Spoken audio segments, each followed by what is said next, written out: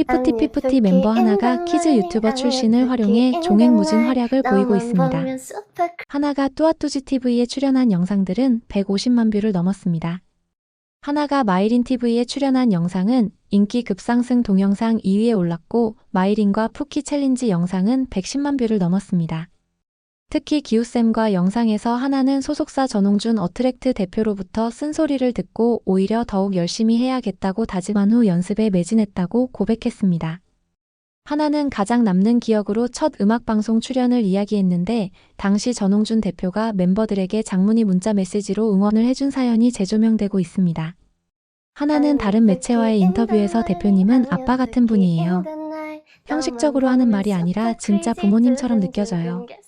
라면서 꼭 필요한 조언을 해주시면서도 항상 따뜻한 애정을 주셔서 감사해요. 라고 감사의 마음을 전했습니다. 전홍준 대표는 키나가 정신적인 면에서 듬직하게 기댈 수 있는 대상이 되고 있다. 그래서 분위기가 너무 좋다. 라고 말한 바 있습니다.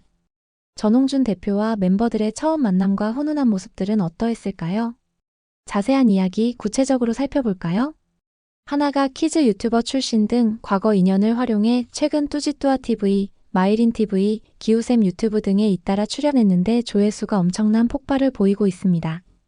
특히 마이린TV 영상은 현재 조회수 30만 뷰를 돌파했고 인기 급상승 동영상 2위까지 급등했습니다. 마이린TV 유튜브는 4일 피프티피프티 하나와 마이린의 찐친 Q&A 어릴 적 친구가 아이돌이 되어 돌아왔다는 제목의 영상을 올렸는데 큰 인기를 끌고 있습니다. 마이린은 피프티피프티 신곡 푸키로 요즘 바쁘게 활동하고 있는 친구 하나를 위해 응원 댓글 많이 부탁드려요 라고 응원 댓글을 요청하기도 했습니다.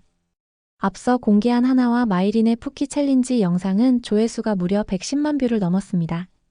마이린TV는 구독자가 112만 명에 달하는데 연세대학교 새내기 대학생 유튜버 최린이 운영하는 유튜브 채널로 대학생의 트렌드한 관심과 캠퍼스 라이프 일상을 다루고 있어요. 2015년 4월에 첫 업로드를 했으며 2025년 올해로 11년차 유튜버입니다. 매주 1회 정도 업로드하고 있어요. 많이 응원 부탁드려요. 라고 소개하고 있습니다. 연대생 마이린은 친구 하나를 위해 또 멤버 문샤넬이 연대생이라는 점에서 연세대학교 축제 아카라카에 피프티피프티가 초청 공연을 했으면 좋겠다는 바람을 전하기도 했습니다. 뚜아뚜지TV는 피프티피프티가 돼서 돌아온 하람이 언니. 2년 만에 만나서 너무 어색해하는 뚜아뚜지. 신곡 챌린지 잘 찍을 수 있을까요? 가족 일상 브이로그라는 제목의 영상을 올렸는데 조회수가 하루 만에 34만 뷰를 돌파했습니다. 그리고 하나와의 푸키 챌린지는 뚜아 54만 뷰, 뚜지 53만 뷰, 그리고 쌍둥이끼리 24만 뷰 등을 기록했습니다. 영상 4개 조회수를 합치면 150만 뷰가 넘습니다. 뚜아뚜지TV는 구독자 152만 명이며 쌍둥이 뚜아뚜지 그리고 부모가 함께 만드는 패밀리 유튜브 채널입니다. 하나는 헤어 디자이너 기우쌤 채널에도 출연했습니다. 기우쌤 유튜브는 구독자 159만 명에 달합니다. 갑자기 사라져서 어디 갔나 했더니 피프티피프티로 데뷔를 했구나 라는 제목의 영상은 반나절 만에 23만 뷰를 돌파했습니다. 하나는 5년 전 중학교 2학년 때 엄마와 함께 처음 기우쌤과 만났다고 했습니다. 특히 하나는 소속사 어트랙트 전홍준 대표가 부족한 게 있다는 지적에 오히려 감사하게 생각하면서 더욱 열심히 연습생 생활을 했다고 합니다. 하나는 가장 기억에 남는 일을 작년 9월 20일 데뷔 이후 첫 번째 음악방송에 출연했을 때였다고 말했습니다. 그러면서 작년 10월 S타일 인터뷰에서 공개된 전홍준 대표가 첫 음악방송 후 장문의 문자 메시지로 응원했던 1등이 재조명되고 있습니다. 하나는 인터뷰에서 이 팀 피프티피프티에 합류한다는 것 자체가 더없이 영광스러워서 사실 다른 생각은 안 들었어요. 연습생 생활을 거치지 않고 합류하게 된 케이스라 무조건 열심히 하자는 마음뿐이었어요. 라고 밝혔습니다. 또한 하나는 대표님은 아빠 같은 분이에요. 형식적으로 하는 말이 아니라 진짜 부모님처럼 느껴져요.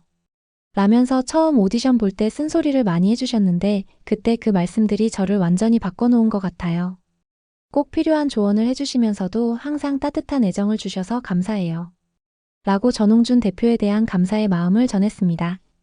전홍준 대표가 오디션 때 쓴 소리를 했지만 오히려 발전의 계기로 삼는 하나의 인성이 아름다운 것 같습니다. 그리고 문샤넬은 처음 음악방송 무대에 선 날 대표님이 문자를 주셨어요.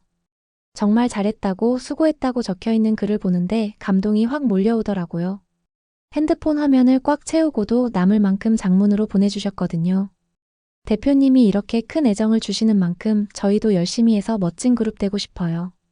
라고 전홍준 대표가 장문의 문자 메시지로 응원했던 감동을 소개했습니다. 멤버들이 전홍준 대표의 따뜻한 문자 응원 메시지에 감격해하는 동시에 더욱 멋진 그룹이 되겠다고 다짐하는 모습이 훈훈해 보입니다. 키나는 대표님께서 멤버들을 모아놓고 인성 강의를 주기적으로 해주세요. 왜 인사가 중요한지, 스태프들이 얼마나 노력해 주시는지 등 가장 기본적이지만 절대 놓치지 말아야 할 것들에 대해 알려주시곤 해요. 단순히 인사 잘해라가 아니라 이유를 설명해 주시니 현장에서도 저절로 우렁차게 인사를 하게 돼요. 라고 전홍준 대표가 인성 교육을 중시한다고 공개했습니다. 하나는 연습실에서만 있다 보면 놓칠 수 있는 부분들을 대표님과 소속사 식구들이 알려주세요.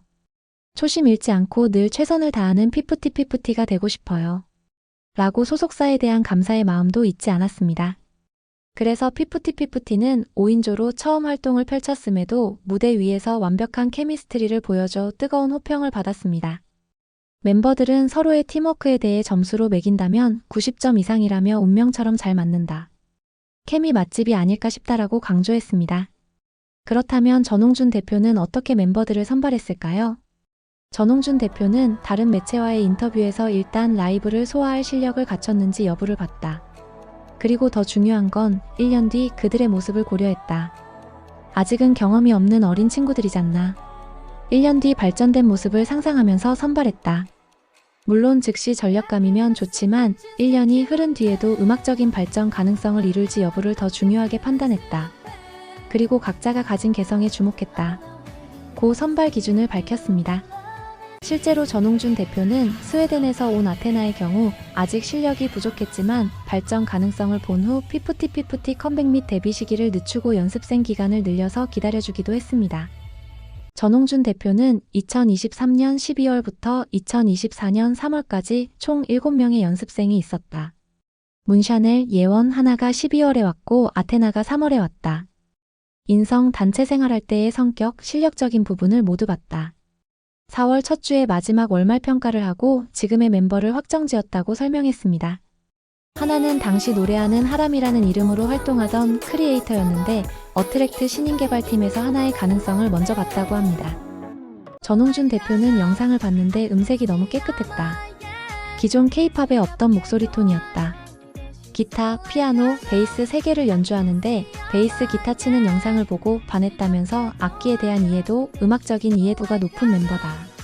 자기 가치관을 차분하게 말하는 모습도 있다고 하나에 대한 애정을 나타냈습니다. 전홍준 대표는 인성 교육을 하는 이유에 대해 사람은 겪어봐야 알 수 있지 않나. 그렇다고 너무 사람에 대한 불신, 의심을 갖고 싶진 않다. 미리 다 따져볼 수 없지 않나. 그래도 새 멤버들과 4, 5개월 합숙을 하니까 인성이나 매너, 자기만의 가치관, 생활 패턴이 잘 보인다. 회사 차원에서는 전문 심리상담사를 통해 프라이빗한 상담을 주기적으로 진행하고 있다. 물론 회사는 그 내용을 들여다볼 수 없다. 전적으로 외부에 맡긴다. 또한 외부 인사 특강을 진행하고 우리 임원진들이 인생의 선배로서 따뜻한 말을 해주고 있다. 아직은 새 멤버들에게 활동 경험이 없지 않나. 그래서 앞으로 이런 일이 있을 거야. 이럴 때 너희들은 어떻게 생각하니라고 질문을 던지고 대답을 듣는 과정에서 가치관을 하나하나씩 세워나가고 있다. 고 말했습니다. 중소기획사임에도 불구하고 전문 심리상담사를 통해 주기적으로 프라이빗하게 상담도 한다니 대단한 소속사인 것 같습니다. 그리고 전홍준 대표는 키나의 역할에 대해 서로의 미래를 위해 열심히 해보자, 빛이 나게 해보자, 스타가 돼보자라는 분위기를 만들어가고 있다. 지금 팀워크가 너무 좋다. 서로 위해준다. 키나는 항상 말을 예쁘게 한다. 또한 맏언니고 활동 경험도 있으니까 동료들한테 용기도 주고 혼란스러울 때는 지침이 되어준다. 키나가 정신적인 면에서 듬직하게 기댈 수 있는 대상이 되고 있다. 그래서 분위기가 너무 좋다. 고 고마운 존재라고 했습니다. 키나가 건강이 좋지 않자 3집 앨범을 알리는 음악방송에 무리하지 않고 휴식을 취하도록 배려한 것도 이러한 서로의 신뢰관계 때문으로 관측됩니다. 다음은 여러 가지 이야기들입니다. 대만에서 푸키가 인기를 끌고 있습니다. 푸키가 4일 스포티파이 대만 차트에 92위로 진입했습니다. 대만 아이튠즈에서는 61위입니다. 그리고 대만 애플뮤직 앨범 차트에서 16위입니다. 지난 두 번째 앨범 때는 타이틀곡 SOS가 스포티파이 대만 차트 180위에 오른 적이 있는 것과 비교하면 이번 푸키가 더 좋은 성적이라고 볼 수 있습니다. 푸키는 음원 사이트 네이버 바이브에서 급상승 음악 1위에 올랐습니다. 푸키 노래는 10대 여성 리스너에서 5위, 20대 리스너에서 2위, 30대 리스너에서 6위를 차지하고 있습니다. 멜론 핫백 31 차트에서 9위를 기록했습니다. 딩고뮤직 유튜브는 오늘 5월 5일 어린이날 낮 12시에 특집 영상을 공개합니다. 딩고뮤직은 얘네 누구게요?